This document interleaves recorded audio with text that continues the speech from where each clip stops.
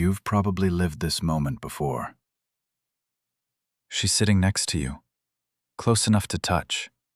Maybe on the couch, maybe in the car after dinner, maybe in bed with the lights off and both of you pretending you're just tired. And nothing is technically wrong.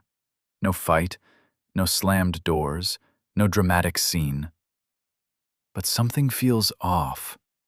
She's quieter than usual, a little softer, a little farther away. You ask, "You good?" And she says, "Yeah, I'm fine." And you feel it immediately. That answer wasn't fine. That pause meant something. That distance is saying more than her words are. And in your head, it's like this. What did I miss? Why does it feel like she wants something from me but won't say it? Should I push? Should I back off? Why does it feel like one wrong move and she'll shut down even more? Am I supposed to lead here, or am I just going to make it worse? Here's the truth most men never get told. She's not pulling away because she wants less of you. She's pulling back because some part of her is still trying to figure out if it's safe to fully lean into you. Not safe physically, safe emotionally. Safe in your presence, safe in your tone, safe in what happens when she softens. You're not failing at love. You're not missing some secret female code.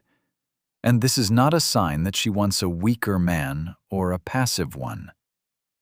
A lot of women want you to take the lead, but only after their nervous system believes your leadership won't cost them their voice, their dignity, or their emotional safety. And by the end of this video, you're going to understand the 7 signs she's giving you, what she's actually asking for beneath the surface, and how to lead in a way that makes her open instead of withdraw. Let's get into it. Most couples believe leadership in a relationship means confidence, decisiveness, and knowing what to do. But the real truth is this. Leadership only works in love when it creates safety first. That's the part most people miss. Because your partner's nervous system is reading you before her mind can catch up. She feels your pressure before she processes your words. She feels your impatience before she hears your logic. She feels whether your presence is steady or heavy long before she can explain why she suddenly got quiet. And when safety leaves a relationship, the love doesn't disappear. It goes underground. It starts hiding. It starts protecting itself. It starts speaking in smaller and smaller ways. So what looks like mixed signals is often not mixed at all. What looks like her being confusing is often her trying to see whether your strength has room for her softness, whether your direction has room for her feelings, whether your leadership feels like guidance or control. This is attachment science in real time. A woman who wants to trust you more deeply will often test not your dominance, but your emotional steadiness. She wants to know, can you handle my emotions without collapsing, correcting, or making me regret showing them? Because if the answer is yes, she relaxes. If the answer is no, even subtly, she stays guarded. Most couples think connection grows through bigger gestures, but here's what nobody explains. Real connection grows when one person's nervous system says to the other, "You can exhale here." Not louder conversations, not better debating, not performing confidence, but becoming someone whose presence makes honesty feel possible. That's what sets up every sign we're about to talk about. Because when she wants you to take the lead, what she's really saying beneath the surface is, I want to trust your strength, but I need to know I'll still be safe inside it. 1. She stops resisting you. but she still watches your tone. Most couples think if a woman stops arguing, that means she's finally on board. But sometimes she's not fully relaxed yet. She's just observing more quietly now. That's an important difference, because the deeper truth is this. When she starts wanting your leadership, her resistance often softens before her trust fully lands. She may follow your suggestion. She may let you make the plan. She may stop challenging every decision. But her nervous system is still listening for one thing. What happens to me when I stop defending myself? That's the real question. Most people in relationships only notice the surface behavior. They see less pushback and assume they've won something. But beneath the surface, she may be thinking, okay, if I let him lead here, does he become more grounded or more controlling? That's where it shows up in real life. The disconnecting version sounds like, see, this is why I should just handle it. You always make it harder. The connecting version sounds like, all right, I've got this. And if anything about this doesn't sit right with you, tell me. I want you with me, not under me.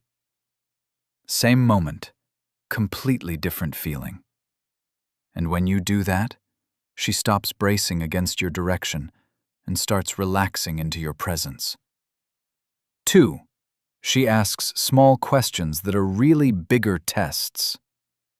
Here's the part no one talks about. Most couples think the little questions don't matter. Where do you want to go? What do you think we should do? Can you handle this? They sound ordinary, almost forgettable. But often, they are not logistical questions. They are emotional ones. Because the deeper truth is that many women test for leadership in low-stakes moments before they trust it in high-stakes ones. She's not just asking if you can pick a restaurant. She's asking if you can create direction without becoming rigid. She's asking if your certainty includes her. She's asking if your presence feels like pressure or peace. Most people in relationships miss that completely. They answer the question, but not the fear beneath it. So the disconnecting version sounds like, I don't care, you choose. Why do I always have to decide everything? The connecting version sounds like, yeah, I'll take this one. Let's go here. I think you'll like it. And if not, we pivot. That last part matters, because her brain is quietly registering, he can lead without making me feel trapped. And that changes everything. That's the shift that turns decision-making from a power struggle into a place where trust starts becoming real. 3. She becomes softer after conflict if you don't get defensive. This is where it gets really interesting. Most couples think the real test of a relationship is how passionate the love feels when things are good. But the real test is what happens right after tension, right after misunderstanding, right after someone gets hurt. That's where safety is either built or broken. Because the deeper truth is that after conflict, she is often not looking for perfection. She's looking for repair. She wants to know whether your ego is bigger than the moment or whether your care is.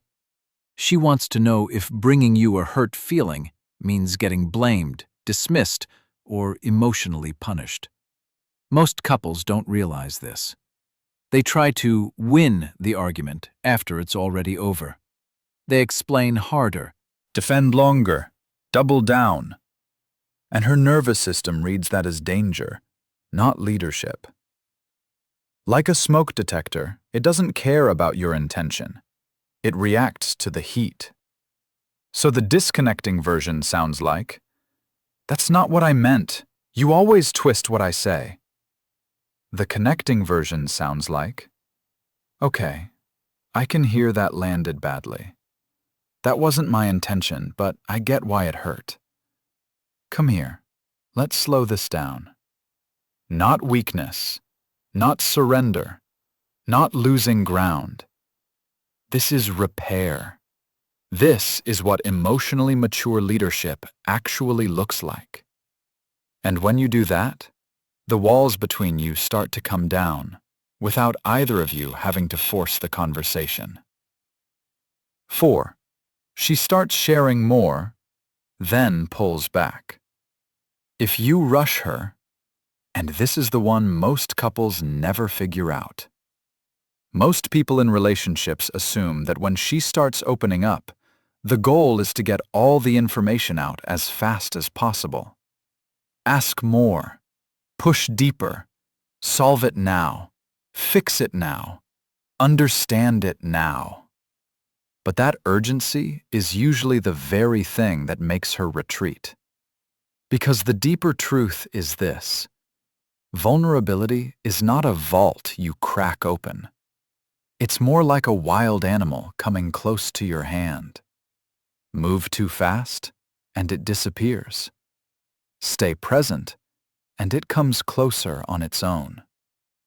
When she shares something tender, something confusing, something unfinished, what she needs is not interrogation. She needs containment. She needs your presence to say, "You don't have to package this perfectly for me to stay with you." Most couples miss that and turn openness into pressure. So the disconnecting version sounds like, "What do you mean by that? Why didn't you say something sooner? So, are you saying I'm the problem?" The connecting version sounds like, "Take your time. I'm here. You don't have to explain it perfectly. I just want to understand what this feels like for you." Bro, that right there is rare. Because something in her is saying, he's not trying to corner me. He's trying to hold the space. And that is when emotional intimacy stops feeling risky and starts feeling possible. That's when your partner stops feeling like a problem to solve and starts feeling like a person to come home to. 5. She wants your direction, but not if it erases her. But here's what nobody explains. Most couples think leading means taking over, speaking first, deciding quickly, being the stronger voice in the room. But real leadership in love is not domination. It's direction with attunement. That's the difference. Because the deeper emotional truth is that many women deeply want a man who can create structure, move things forward, and stay grounded under pressure. But if that structure comes at the cost of her emotional reality, it won't feel safe. It will feel like disappearing. And no one relaxes where they have to disappear. Most people in relationships confuse certainty with control. They think if they soften their grip, they lose respect. But respect doesn't grow from force. It grows when your strength makes space instead of taking it all up.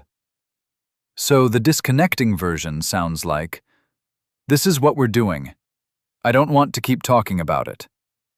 The connecting version sounds like, "I think this is the move. That's where I'm leaning. But I want to hear what's happening in you before we lock it in." Heard the difference? One says, "Get on board." The other says, "Come with me." And when you lead like that, she doesn't feel managed. She feels included. And that's the shift that turns a relationship that feels like a negotiation into one that feels like a refuge. 6. She reacts strongly to small moments of dismissal. Here's the part that can confuse a lot of men. Most couples look at her reaction and assume the issue is the issue. The comment, the forgotten text, the flat tone, the glance at your phone while she was talking. And on the surface, it looks small, maybe even irrational. But beneath the surface, it usually isn't small at all. Because the deeper truth is that her nervous system is not only responding to the moment, it's responding to the pattern. Emotional distance in a relationship isn't like a wall that appears overnight. It's like scar tissue that forms slowly over 100 tiny moments that never got repaired. That's why a small dismissal can hit so hard. Most people in relationships defend the size of the offense instead of understanding the weight of the accumulation. But she's not just reacting to this one moment. She's reacting to what this moment represents. Here we go again. I knew I shouldn't have opened up. He's here, but he's not really here. So the disconnecting version sounds like, "You're overreacting. It was just one comment." The connecting version sounds like, "Yeah, maybe that looked small from my side, but I can tell it didn't feel small to you. Let me not brush past that." Not a hack, not a script, not some trick to calm her down. This is what it looks like when a man values connection more than being right. And when you do that, she starts feeling your presence in places where she used to only feel your absence. 7. Relaxes most when you're clear, calm, and emotionally available. And here's what changes everything. Most couples think attraction grows when a man is mysterious, hard to read, or emotionally detached. But for a woman who wants something real, the deepest form of masculine leadership is clarity with warmth. That lands.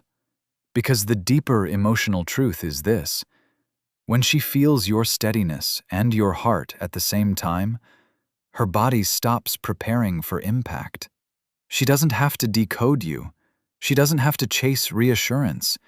She doesn't have to wonder which version of you she's getting today. She can finally rest. Most people in relationships underestimate how healing that is. To be clear without being cold. To be direct without being sharp. To be grounded without being shut down. This isn't a communication hack.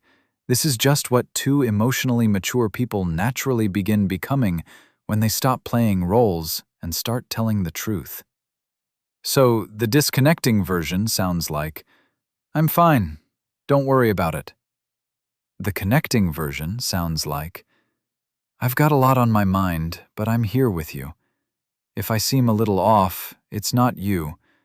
I don't want you guessing." Man, that matters more than you think. Because what's moving through her is, "I don't have to work so hard to feel close to him." And when that happens, she doesn't just admire your leadership, she trusts it. That's the shift that makes love stop feeling like emotional labor and start feeling like connection again. So if you take anything from this, let it be this. This isn't about becoming more controlling. It's not about saying more, pushing harder, or acting like you always know what to do. It's about becoming the kind of man whose strength feels safe to be near. The kind of partner whose presence lowers defenses instead of raising them. That changes everything. Because when you internalize this, you stop reacting to her sensitivity like it's a problem and start reading it like information. You stop seeing her hesitation as disrespect and start seeing it as a nervous system asking, "Can I trust what happens to me with you?" And when you answer that question well, over and over again, something beautiful starts happening between you. She softens. You steady.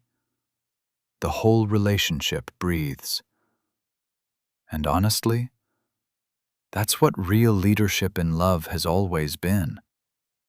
Not making her smaller so you can feel bigger, not winning emotional moments, not being needed because she's afraid, but becoming so grounded, so clear, and so emotionally available that she can finally stop guarding herself against you. If this hits something real in you, don't just nod at it. Practice it.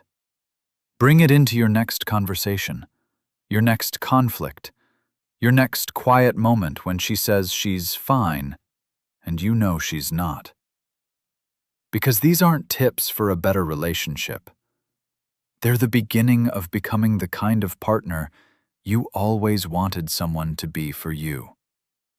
Real intimacy begins the moment your strength stops feeling like pressure and starts feeling like safety.